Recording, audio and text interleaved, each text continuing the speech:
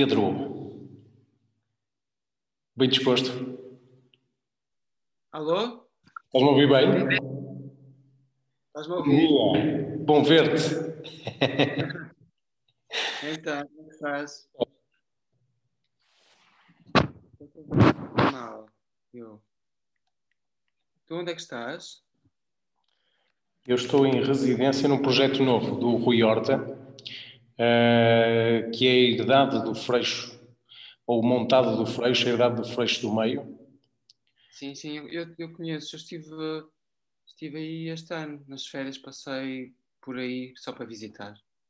É um projeto muito interessante, que eu acredito que o Rui está a tentar criar aqui uma relação de valores interessantes também, não é? E tu, como é que estás? Isto no meio deste problema todo, desaço, não é? De não presencial. Sim, quer dizer, não fui afetado em termos de saúde física. Não tive Covid, nem as pessoas mais próximas, as que tiveram também foram assintomáticas, portanto não houve nenhum drama nesse aspecto, mas pronto, claro que há todos os dramas da pandemia e deste afastamento das pessoas, de ser tudo muito difícil de acontecer, não é? E desta ansiedade que se gera, pronto, é tudo bastante complicado. Olha, principalmente em termos profissionais, porque tu, quer dizer, tu trabalhas numa área completamente presencial, muito presencial, não é? Mas como é que tem sido feita essa transposição da música, das artes sonoras, da performance para este condicionamento, não é? Não tem havido nenhuma transferência, ou seja, eu não estou a fazer coisas online e apenas o que tem acontecido é seguir as regras, não é? As regras sanitárias que são impostas pelo governo e pela Direção-Geral de Saúde e tentar fazer o que é possível dentro dessas regras. Claro que muitas vezes é impossível fazer algumas coisas que tínhamos planeado. Tive que adiar coisas que estavam previstas para este ano, então foram adiadas para o próximo ano e vamos ver se será possível fazê-las ou não. Isso é que é um bocadinho esgotante, ou seja, já é muito difícil fazer acontecer alguma coisa, porque são tantas as condicionantes e depois muitas vezes fazes esse esforço e chegas ao fim e não consegues fazer e acabas de ficar super frustrado e é uma luta constante contra essa frustração, trabalhar nesta área neste momento, né? Claro, está aí. Porque como tu disseste, as coisas que as artes performativas e tudo o que vive da presença e do momento dificilmente é transferível para um ecrã, não é? E então, pronto, torna-se bastante complicado. E além de que eu acho que nem sequer é produtivo, até porque as pessoas neste momento estão. Eu, pelo menos, falo por mim, estou bastante cansado de ecrãs e, e não quero mais coisas em ecrãs, acho que já tenho suficiente. Claro, imagino. Olha, são mais de 20 anos de carreira de programação, pá. Sim. Programação, sim. Sim, Olha, programação. como é que está esse universo? Pá? Como é que é esse universo? Esse universo deve ser riquíssimo, pá. É um universo cheio de experiências com pessoas extraordinárias que devem ter passado pelos teus programas. Como é que está a tua relação com Serralvos? Como é que tem sido? Como é que... A relação vai se reinventando, também a instituição também vai mudando, e nunca é igual, passam várias direções, passam várias pessoas. O sítio é feito pelas pessoas também, não é? nesse aspecto nunca está igual, portanto vai-se não há propriamente não posso dizer que seja uma coisa monótona, não é? Nunca é monótona.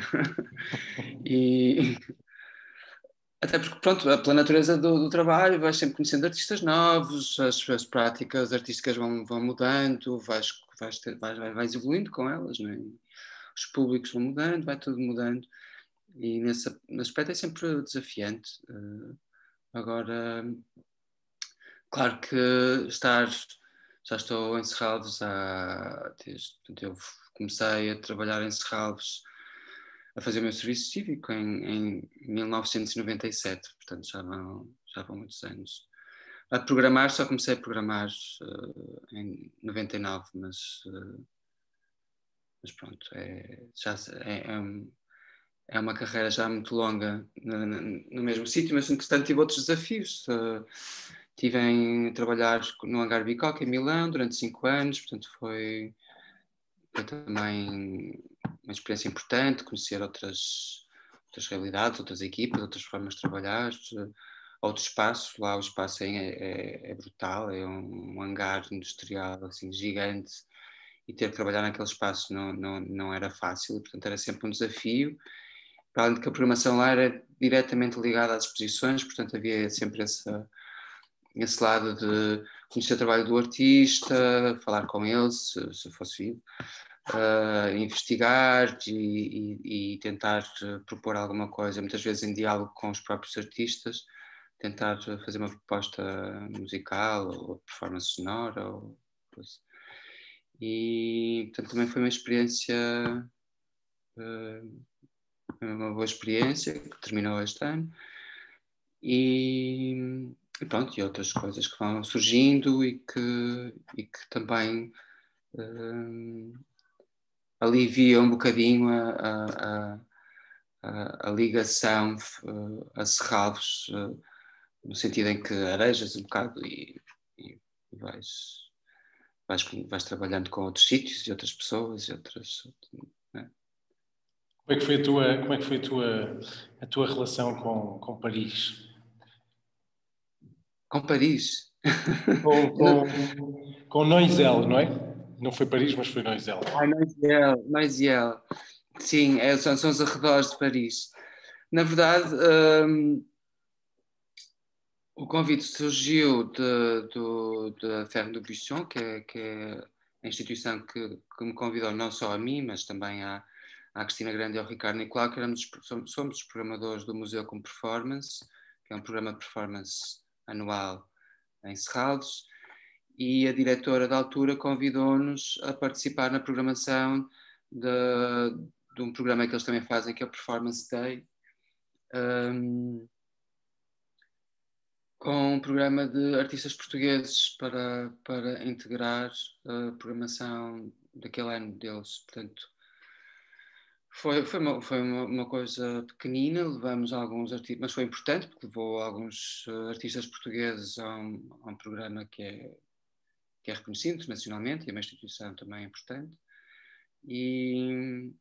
Mas na verdade eu estive lá para conhecer o espaço previamente, para ver como é que era e para podermos pensar a programação para aquele contexto e para aquele espaço, mas o Performance Day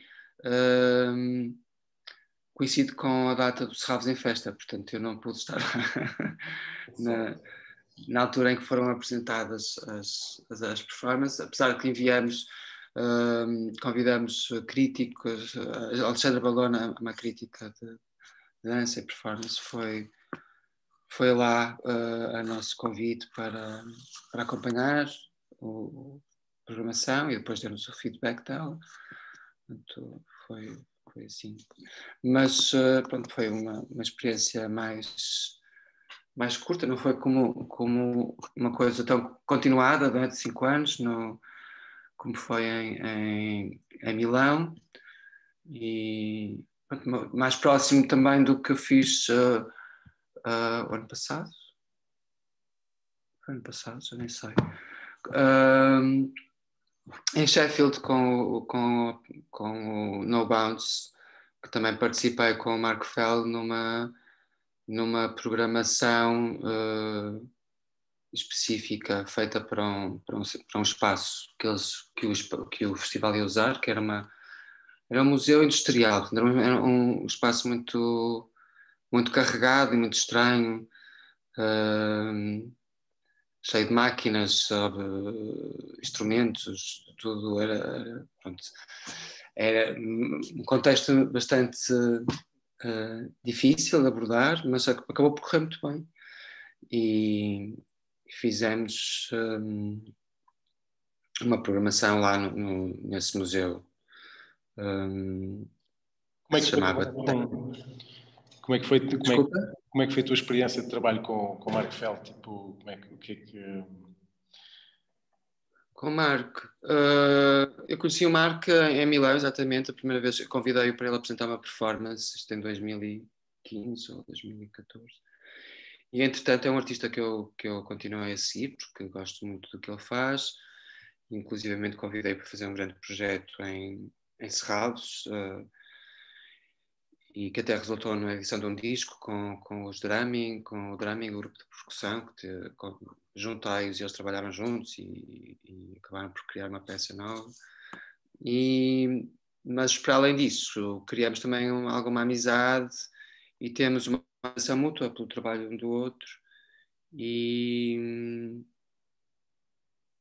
pronto, é relativamente fácil quando estás no mesmo comprimento de onda, portanto, claro que há negociações e discussões sobre o que é que se pode fazer ou não, até porque ele conhece artistas que eu não conheço, eu conheço artistas que ele não conhece, e eu trabalho também com performance, e ele não domina também essa área, mas ele domina outras que eu não domino tão bem. E, portanto, estás sempre a aprender, e é uma pessoa muito entusiasta, energética, portanto, que gosta imenso de estar a trabalhar, estar a viajar. Portanto, é um artista muito, muito dedicado ao que faz, e além de, pronto, ser uma pessoa também com uma cabeça bastante fresca e interessante. Aliás, ele vai editar agora um livro.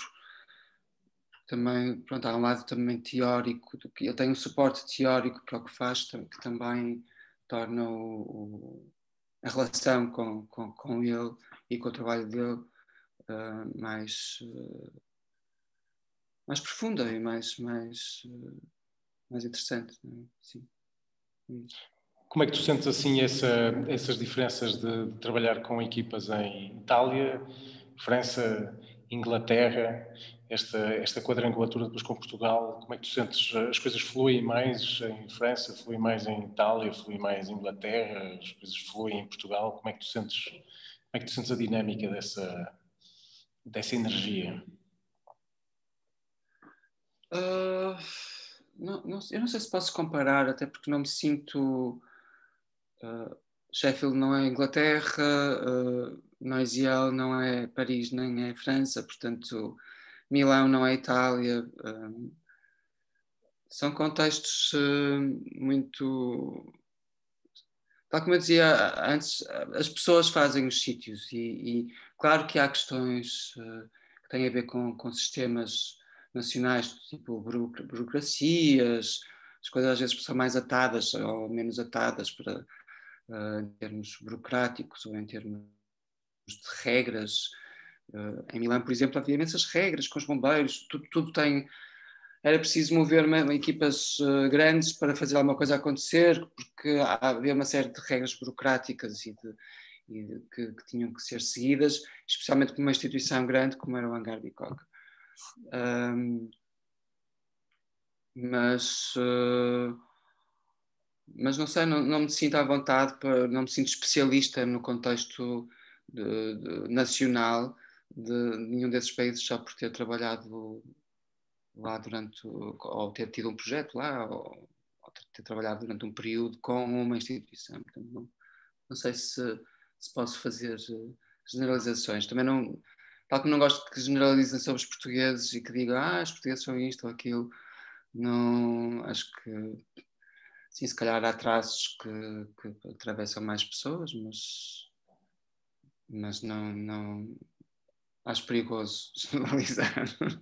Não, mais para falar um bocado do fluxo global em relação a esses centros de ativação, não é? E de difusão cultural. E também um bocado curioso como há uma relação profunda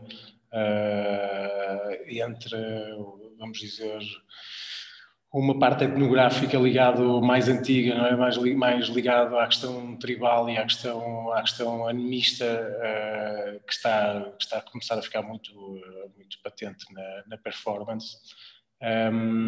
Para perceber também um bocado como é que estão as relações com estas culturas mais ancestrais que se conseguiram manter de alguma forma e que têm influenciado desde há mais de um século, todo o tempo, mas há mais de um século mais na arte, com uma entrada forte de culturas que estão espalhadas pelo mundo, seja na Ásia, seja na África, seja nas Américas.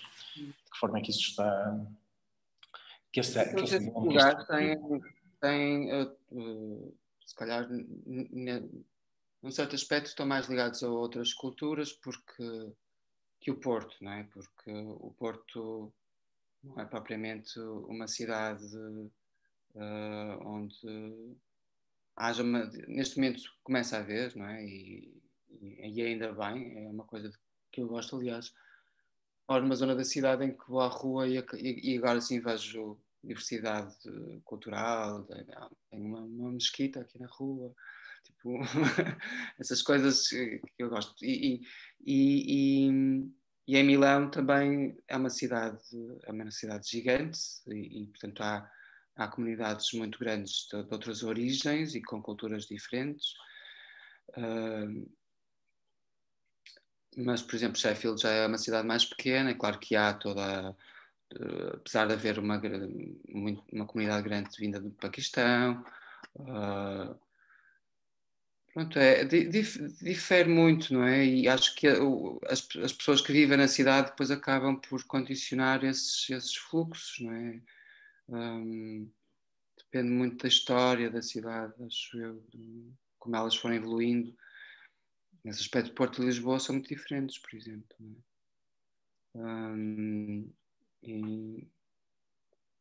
Mas sim, acho que há uma maior abertura a outras culturas, mas acho que ainda há muito caminho a percorrer, até porque muitas vezes esse interesse por outras culturas acaba por cair na certa exotização cultural e não numa busca por um conhecimento mais profundo, não é? Do que é que... E há coisas que são muito...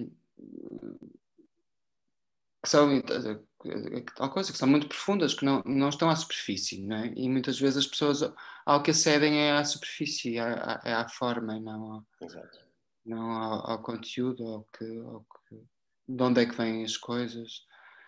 E, portanto, nesse aspecto, para haver uma compreensão dessa diversidade cultural, acho que ainda há bastante a percorrer, um caminho longo a percorrer, acho eu. Não sei, mas tu como estiveste quer dizer, tu com a tua experiência de Timor, se calhar tens mais autoridade para falar sobre isso. Eu sinto que está muito próximo, não é? Há aqui uma relação muito próxima, principalmente da arte com a fé. Há qualquer coisa que move a arte que na sua origem está ligada à fé. E isso é muito curioso, não é? Porque eles são animistas, portanto eles não são católicos, são católicos numa porcentagem muito pequenina, mas quase que fundiram a coisa, não é? Fizeram assim uma fusão da religião católica com o animismo. E o animismo é muito interessante porque, quer dizer, além de ser monoteísta, ele manifesta-se em tudo, não é? Em todos os objetos. E há aqui, agora voltar para cá, para a Europa, que me provocou um choque cultural. Quer dizer, há aqui um endeusamento dos objetos de consumo muito curioso. Quer dizer, se calhar só estando a lavar os olhos num país como Timor, é que se calhar eu chego à Europa e de repente tenho essa estranha relação de endeusamento com os objetos de consumo. E mais uma vez, quer dizer, volto a sentir essa ponte com a questão da fé, não é? Com a questão do querer acreditar em qualquer coisa que está para além. Portanto, um bocado a questão do aberto, do Agamben, que não é que sejamos fantoches de qualquer coisa que está para além da realidade, mas que há aqui um condicionamento que tem a ver com, que poderíamos dizer que tem a ver com a consciência, não é? E que trabalhamos, no fundo, numa tentativa de uma consciência o mais plena possível, o mais abrangente possível, não é? Mas que, no fundo, existe um encantamento através da matéria que é condicionante, não é? Portanto, e depois há coisas miraculosas, não é? Que é o caso do consolidar-te, no fundo, não era um objetivo, não era uma estratégia, era simplesmente uma resolução de fluxos. E de repente está a ganhar uma espécie de rede de intercomunicações e de fazer-se conhecer e fazer-se conhecer uma série de pessoas que realmente são charneiras de dinâmica, não é? De criar mais fluxo. E pronto, tem estado num esforço de trazer alguns artistas timorenses para projetos em Portugal e na Europa. Mas há muita dificuldade, não é? Porque depois eles próprios têm choques também muito culturais, não é? Porque não estão habituados a estar muito isolados numa ilha e, embora estejam habituados a confrontar a sociedade deles, portanto, eles são socialmente muito participativos, não é? Os espetáculos em Timor têm uma afluência muito grande, não é? A população aflui, não é? Seja música, seja performance, seja cinema, não é? Portanto, claro que depois a questão do público enquanto massa crítica pronto, depois já é relativo, mas quer dizer, consegues encontrar muitas experiências muito interessantes com outras bases de relações, não é? Mas muito interessado em trazer esse programa que eu vejo lá, cultural, no fundo, que tem uma origem muito diferente da nossa, que tem referências muito diferentes das nossas, vejo a vir com muito interesse trazer referências a uma cultura ocidental, não é? Porque realmente está num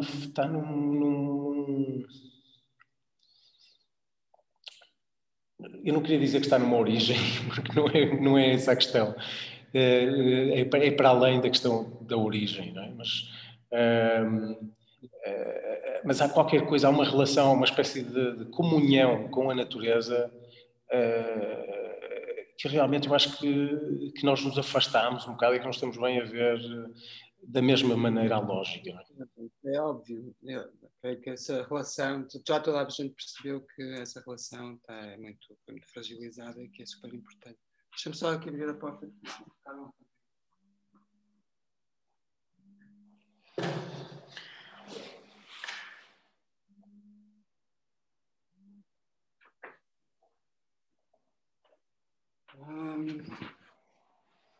Sim, mas não é só isso, eu acho que também há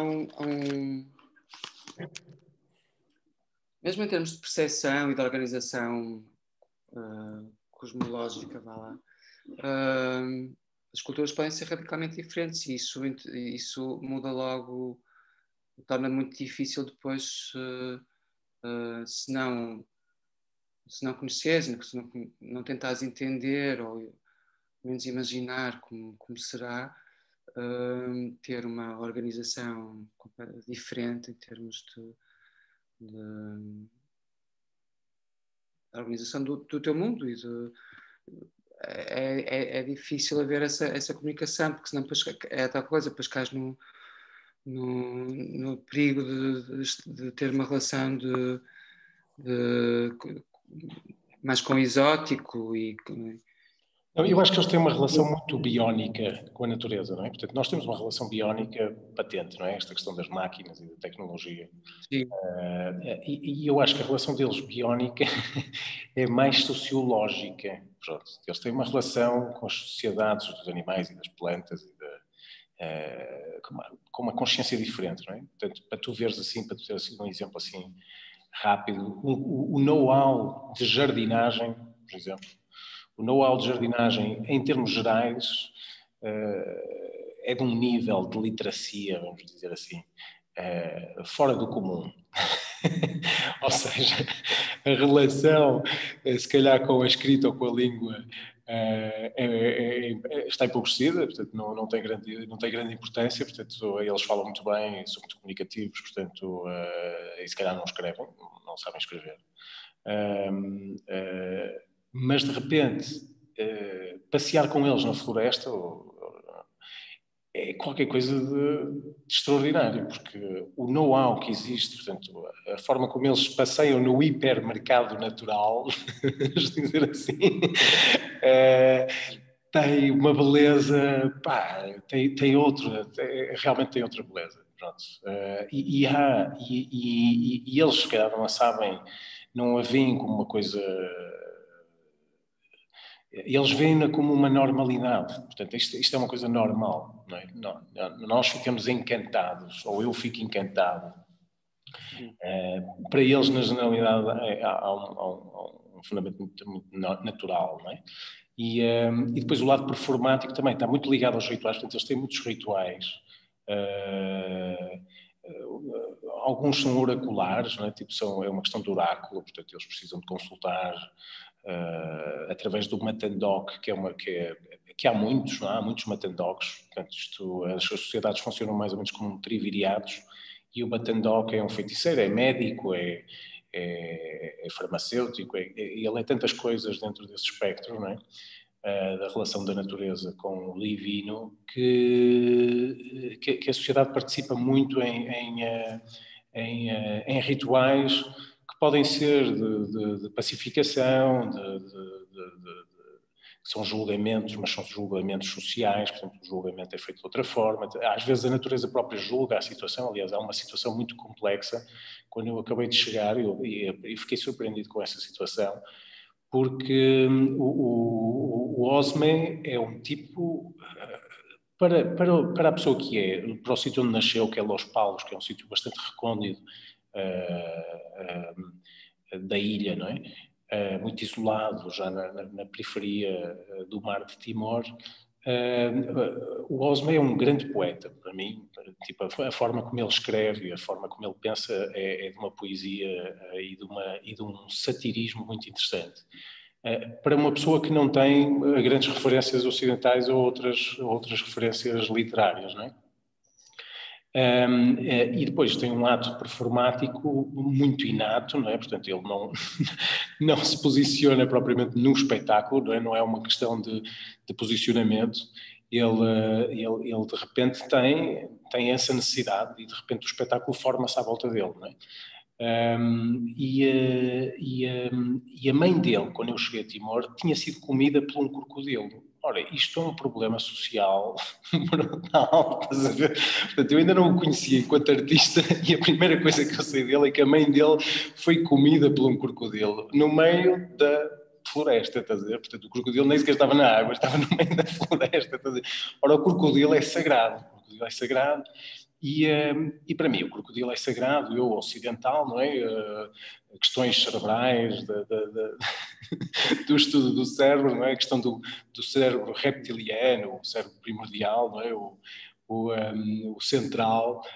Pronto, tem alguma lógica, que acho piada como é que restou ali essa ideia de que o crocodilo seria o avô de todo o conhecimento e o avô da sapiência, não é? Mas de repente, quer dizer, quando a mãe dele é comida pelo crocodilo, isto envolve uma logística da parte da governância das aldeias todas que estão à volta daquela região, que é Los Palos, não é? Brutal. Portanto, aquilo é um problema social, porque isto é uma condenação da natureza. Portanto, o ela ter sido morta, no fundo, ela faleceu na boca de um crocodilo, é uma questão de juízo da natureza, não é? Portanto, é uma questão de julgamento da natureza. Portanto, é preciso sanar esta situação. Portanto, é preciso chamar o crocodilo. Portanto, eles chamam todos o crocodilo, juntam-se não sei quantos xamãs, que vão chamar o crocodilo responsável por este juízo final da vida desta senhora, que é também importante, não é? Porque faz parte de umas famílias, faz parte de uma árvore genealógica, não é? Daquela aldeia, e existem rituais que duram quase um mês, não é? Para resolver esta situação e para libertar esta senhora dos males todos que a levaram a ser julgada por este animal sagrado. Portanto, lá está, é o que tu estavas a dizer, a cosmologia é muito diferente, mas tem uma interseção naquilo que é a urbanidade ou a estrutura urbana social, não é?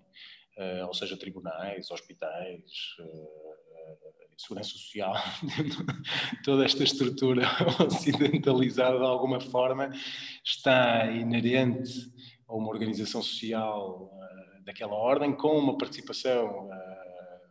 Sentes que há uma integração dessa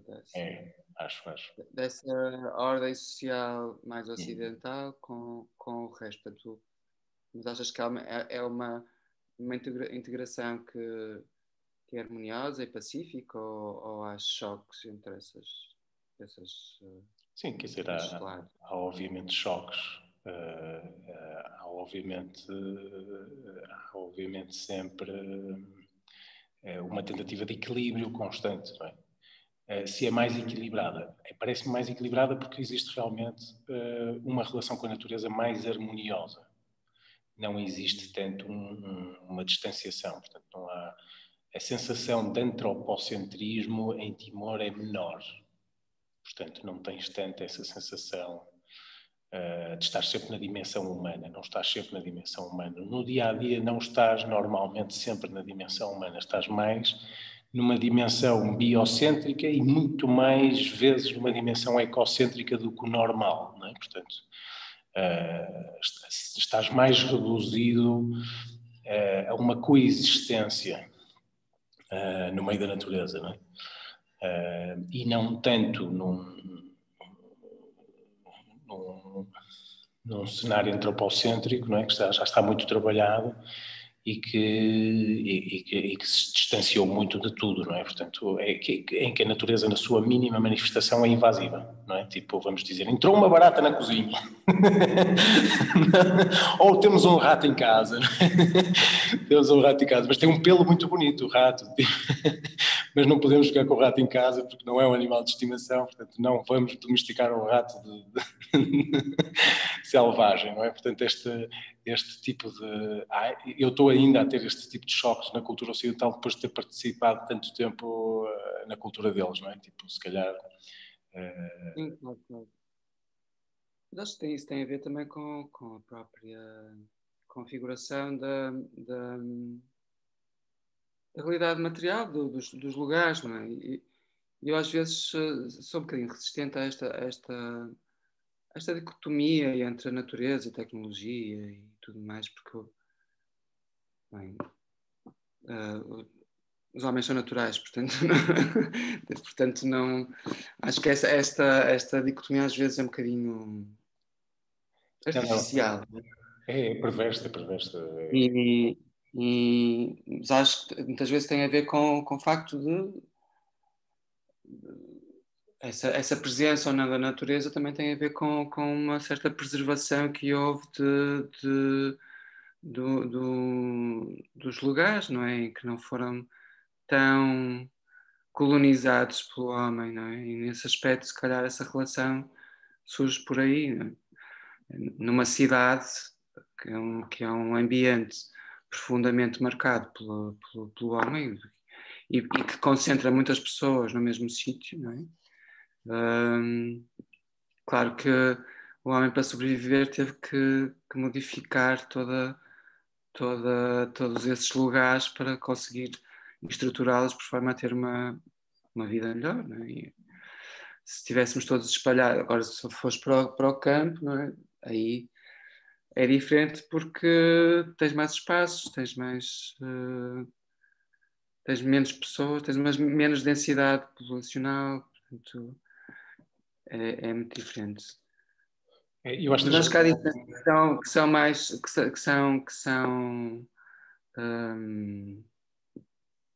acho que as diferenças culturais para mim se calhar são as mais interessantes e marcantes. Eu li uma vez um livro sobre, que é do Stephen Feld, acho eu, sobre as tribos da Papua Nova Guiné e a relação dessas tribos com a audição. E esse livro é muito interessante porque falava sobre não é um mito, mas é uma história primordial que organiza, de certa forma, toda a vida social e cultural daquelas tribos, e que é uma história que tem a ver com um pássaro e com o canto de um pássaro. E, portanto, a organização, a partir desse momento em que esse mito primordial tem a ver com o som, não é? A hierarquia ou a organização entre o que é visto e o que é ouvido torna-se muito diferente do que é para nós. Portanto, nós somos uma cultura muito mais visual e eles são uma cultura muito mais auditiva e organizam a sua vida mais, se calhar, com mais preponderância para o que ouvem do que propriamente para o que veem. Portanto, eles, se calhar, acreditam mais no que ouvem do que no que veem. Claro que isto também tem a ver com o facto de viveres numa selva, não é? E que tudo isso condiciona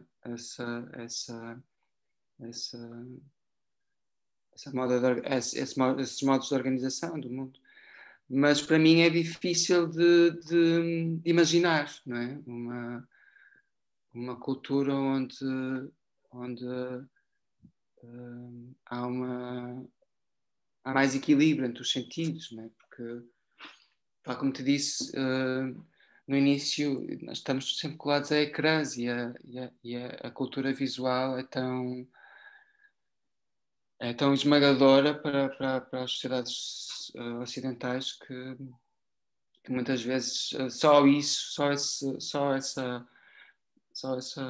lado muito básico, que é como organizas os teus sentidos, ou como os teus sentidos organizam o mundo à tua volta, já é logo uma diferença brutal.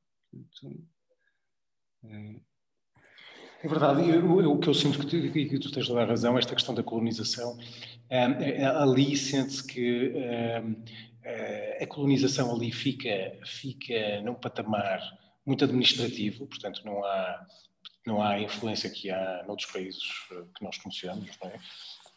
Africanos ou mesmo no Brasil, até porque há uma resistência muito natural, porque nós estamos a falar de um território muito pequenino, assim só para dar assim uma noção, estamos a falar de qualquer coisa do tamanho do Alentejo, da qual concentra a mesma quantidade de países que a Europa, portanto, que tem 43 países, ou 46 países, que são monarquias tribais, que a administração portuguesa não vai conseguir desfragmentar, basicamente. E que também acaba por não haver interesse porque o território é pequenino, portanto aquilo passa a ser para nós mais um lado de experimentação biológica, um sítio onde chegam muitas espécies, onde há trocas comerciais, é um porto importante, geoestratégico, mas a sociedade em si, quer dizer, não vale a pena, quando eu digo não vale a pena o quê? Não vale a pena colonizar aquela natureza, mais do que aquela sociedade, quer dizer, não vale a pena colonizar aquela natureza. E aqui é que eu acho que há aqui um ponto interessante da questão da colonização, se ela é uma colonização social, não é? ou se não há colonização social, porque também não há grandes interesses, ou porque o território é muito grande, não é? Portanto, ou porque o território é pequeno demais, ou porque o território é grande demais, estás a ver? O português tende a ter uma relação mais de colonização da natureza ou não. Pronto. E eu acho que nós colonizamos mais Portugal com a natureza toda destes países, todos de ordens muito diferentes. Portanto, ainda há pouco tempo estava a ver um documento, uma reportagem sobre o Jardim Botânico do Porto e as espécies todas que estão reunidas no Jardim Botânico do Porto. E realmente há muito e eu sinto muito isto na arquitetura, depois também de viajar bastante por aí, sinto muito na arquitetura, por exemplo, do Porto, esta como é que se diz, esta influência do mundo inteiro transposta por um espaço. Portanto, há aqui uma questão de colonização da natureza, ou de descolonização da natureza, que acho muito interessante, e que em Timor acho bastante virgem, não é? Portanto, eu descobri um documento, um documento reposto usado pelo Rui Sinati, que é um agrónomo que acaba por se apaixonar por Timor e acaba por estar muitos anos em Timor e atrair alguma academia para Timor em termos de estudos na área da agronomia, e ele lança dois documentos num livro que é a Arquitetura Timorense, que no fundo é um livro que não é sobre arquitetura, é sobre arquitetura social. Dois documentos que são muito interessantes. Primeiro, a abolição da escravatura intertribal pelo rei de Portugal em 1730. Portanto, em 1730 ele chateia-se com as tribos de Timor e lança uma lei para abolir a escravização, porque os gajos passavam a vida a escravizar-se uns aos outros, porque era uma questão também sexual. Portanto, havia aqui uma espécie de contrato de reunião de territórios interessante, não é? Portanto, eles, para reunirem os territórios, tinham que ir roubar as mulheres ao território ao lado, que é para depois casarem com os reis e depois poderem fazer uma união territorial. Portanto, há ali escravatura que é originada dessas batalhas entre eles, e que é abolida em 1730. E depois, o outro documento é uma carta desesperante, já quase do século XIX, de uns especialistas também enviados pelo rei na tentativa de implementar monoculturas que não conseguem chegar a lado nenhum. Os gajos estão já desesperados.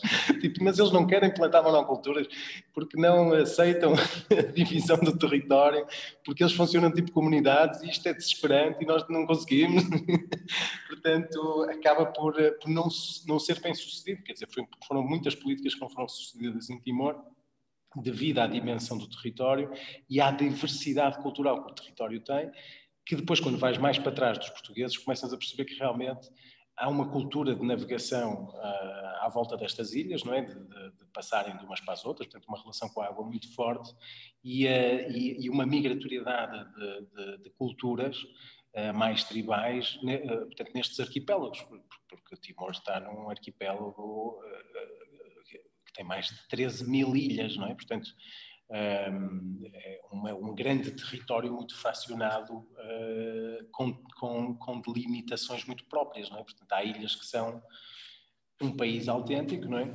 E há ilhas que são continentes, não é? Cheios de pequenos países com origens muito diferentes, que podem vir mais do sul, mais do oeste, mais do sudoeste, de mais longe, de menos longe. Aliás, existe também um fenómeno muito interessante no Pacífico, não é? Que é uma coisa que nós não estamos habituados a ver como central no mapa mundo, mas o Pacífico tem uma das culturas mais ancestrais que se tem conhecimento, não é? Por causa dos achados arqueológicos. Estamos a falar de uma cultura com cerca de 40 mil anos, que se diz ser uma civilização, que são os Sinomanes, não é? Que são nómadas do mar, que nós estamos muito habituados a ligar aos Maori, da Nova Zelândia, mas quer dizer, estes Sinomanes são mutantes, não é? E estas mutações estão patentes em Timor, não é? Portanto, tu estás na água com eles, que é uma água tépida, tipo sopa, não é? E acabas por estar na água muito tempo e as tuas mãos começam a engelhar. E tu não estás bem o que é um timorense olhar para ti, a achar que tu estás com uma doença, estás a ver? Tu estás doente. Tu já viste as tuas mãos, estás a ver? Como é que é possível as tuas mãos estarem nesse estado? Tu estás dentro da água, estás a ver? E eu, a certa altura, até fiquei do género, mas e as tuas?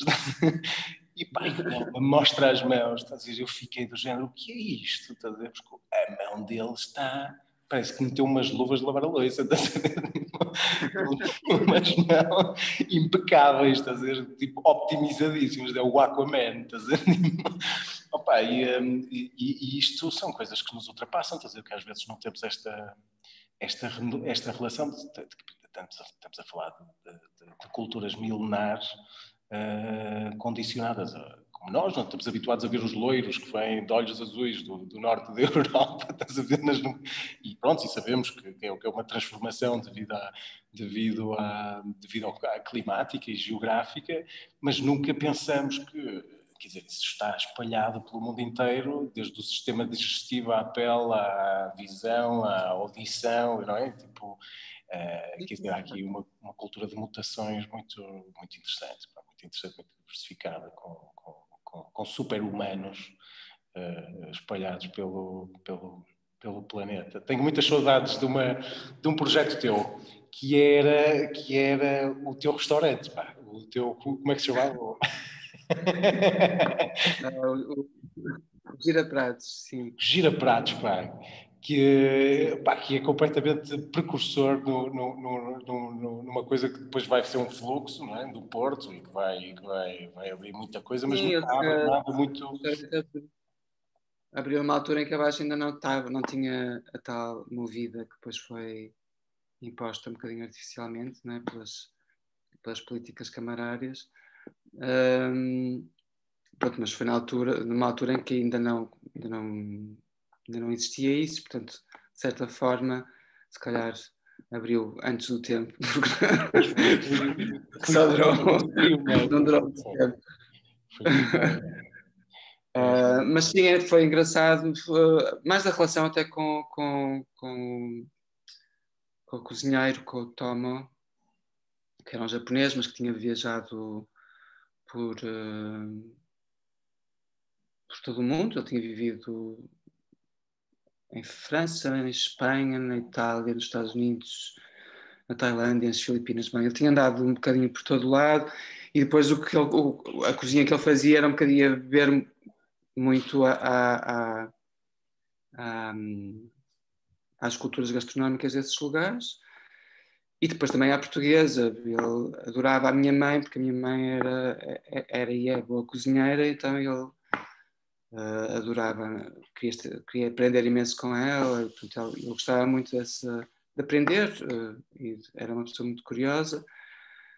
E também foi uma experiência interessante, porque o Tomo veio para o Porto. Eu estava em Barcelona e veio para o Porto antes de abrir o restaurante, e portanto ele teve a abertura do restaurante, acabou por se atrasar, e o Tomo ficou a viver em minha casa durante um ano, mais ou menos. E isso foi revelador de diferenças culturais bastante acentuadas entre um asiático, um japonês e um português, né? E esse convívio durante um ano em casa fez-me crescer como pessoa, porque tive que habituar-me a lidar com uma pessoa que tinha um modo de vida. Ainda por cima ele não estava a trabalhar, portanto não tinha propriamente uma organização. O dia dele não estava organizado, não é, pelo trabalho. Mas de qualquer maneira o Toma vivia dentro do quarto, saía muito de vez em quando. Isto apesar de termos uma relação de amizade, mas também que depois era sobreposta por uma relação de patrão, sabes? Que para a cultura japonesa é muito importante, e que de repente eu me vi nesta posição que eu não gosto, não é? e que não queria ter esta sobranceira de patrão sobre uma pessoa que ainda por cima vivia em minha casa, mas que ele, mas para a organização dele e para a cultura dele era assim. Portanto, eu tive que encontrar maneiras de quebrar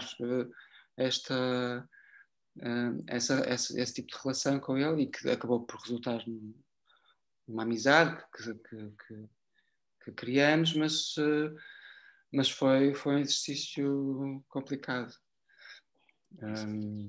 Também, essa questão da hierarquização cultural, não é? Muito interessante.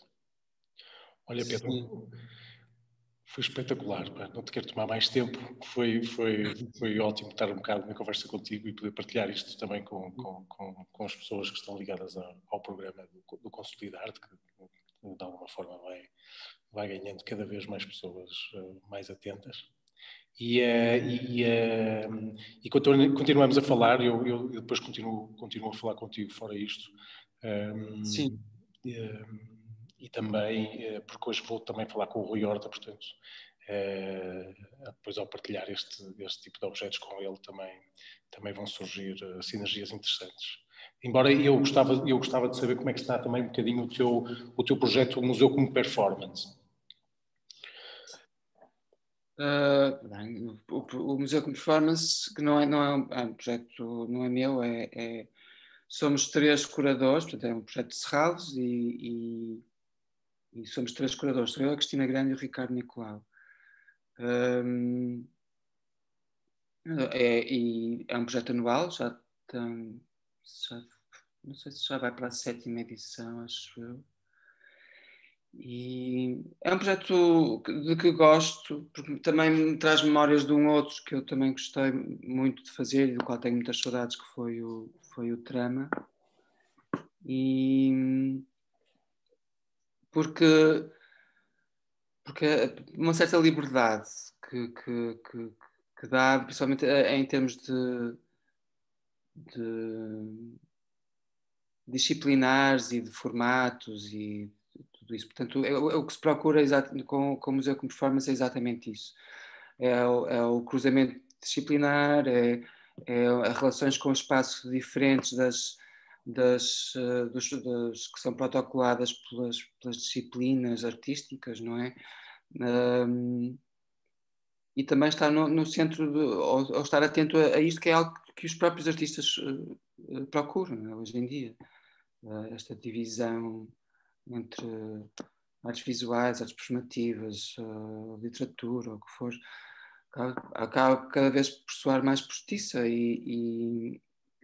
porque os próprios artistas já procuram outras coisas, outras formas de pensar e praticar arte. Portanto, o Museu como Performance acaba por ser, para mim, um projeto bastante querido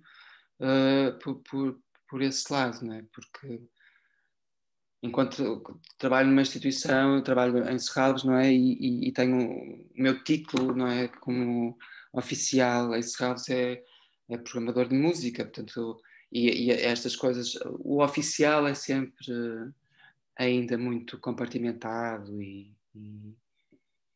depois, dependendo das pessoas com quem trabalhas, há pessoas que estão mais ligadas a essa tecnocracia das disciplinas e essa divisão, e outras que não. Mas para mim, gosto de estar em lugares em que dão mais liberdade e o Museu como Performance é isso. Também na relação com os espaços, trabalhamos com espaços muito diferentes, quer dizer, o museu, o auditório, o parque, a casa, pensar isto, pensar as diferentes relações com o público, como é que diferentes trabalhos promovem relações quer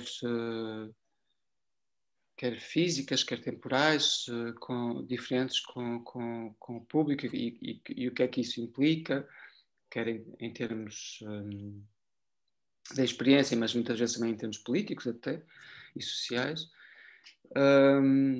Pronto, e é um projeto também que me lembra o Festival Trama, que nós fizemos durante 6 anos, acho eu, foi de 2006 a 2011, que também era um coletivo de curadores, que é um formato que eu gosto de trabalhar com outras pessoas e porque acho que trabalhar com outras pessoas estás sempre a aprender. E as pessoas porque senão é sempre da tua cabeça, então nunca... Claro que pode haver surpresas na relação com os artistas, mas este trabalho de preparação e de programação, quando é feito em parceria, para mim implica sempre ser surpreendido e aprender algo que eu nunca tinha pensado. Portanto, eu sou uma pessoa naturalmente curiosa e gosto disso. E o trama foi, além disso, era um projeto que também tinha esta transdisciplinaridade e inerente à programação, portanto, coisas que se calhar não cabiam em programações mais institucionais e acontecia em toda a cidade, portanto era nos sítios mais inusitados acontecia qualquer coisa, tipo fez-se uma peça de teatro no Estado do Dragão, uma ópera nas piscinas de Fluvial, era coisas na rua, em lojas, num hotel, isso acabava por e numa altura complicada, que portanto foi durante os anos em que o Rui Rio foi presidente da Câmara e que a política cultural da cidade se virou muito mais para o entretenimento do que propriamente para a arte, não é? E portanto havia um marasmo abaixo, o centro do Porto era um marasmo, não é? O Rivoli estava entregue ao Filipe Laféria, portanto só isso, não é? Bem, pelo menos provocou uma alternância à cidade e eu espero que depois deste confinamento, bem, isso volte a ressuscitar esse tipo de atividades entre esses espaços. Não, e eu tenho ido a espetáculos durante o confinamento, quer dizer, não é propriamente um confinamento, estamos em semi-confinamento, mas eu tenho ido ao cinema, ao teatro, a concertos, só muitas vezes agora acontecem de manhã, ou não estava habituado, no outro dia fui ver ontem, não, no domingo. No domingo fui ver um concerto às 11 da manhã, pronto. E no domingo anterior fui ver uma peça de teatro às 11 da manhã. Não é propriamente um horário que eu estou habituado a coisas, mas também nos habituamos. Eu acho que o que me custa mais até é mesmo a energia nas salas, não é? Porque com o distanciamento social, com as máscaras, não é? Não consegues ver a cara das pessoas, não tens a proximidade, não é? A energia dentro das salas é diferente e até essa parte que me custa mais do que propriamente os horários, olha, vai-se a hora que acontece. Mas eu acho importante continuar a ir, até porque ir ao teatro, ao cinema, são coisas bastante seguras em termos da pandemia, não é? Se cumprirmos as regras que estão estabelecidas, não é? Toda a gente desinfeta as mãos antes de entrar, toda a gente usa máscara o tempo todo, não sei o que, portanto são lugares com circulação de ar, pronto. Não, acho que é seguro e ao mesmo tempo mantém viva a produção artística, mantém viva nomeadamente a produção que implica a presença das pessoas, não é? E contribui para sustentar a comunidade artística a atravessar este deserto, não é? Que é deserto. Portanto, eu tenho ido, continuo a ir e acho que as pessoas deviam continuar a ir também. Olha, Pedro, obrigadíssimo pelo teu tempo e vamos continuar a conversar. Tenho muitas coisas para te mostrar depois de Timor e saúde para os teus e um grande beijo para essa casa, para essa família toda, está bem? Obrigado. Para vocês também. Um abraço. Um abraço. Tchau.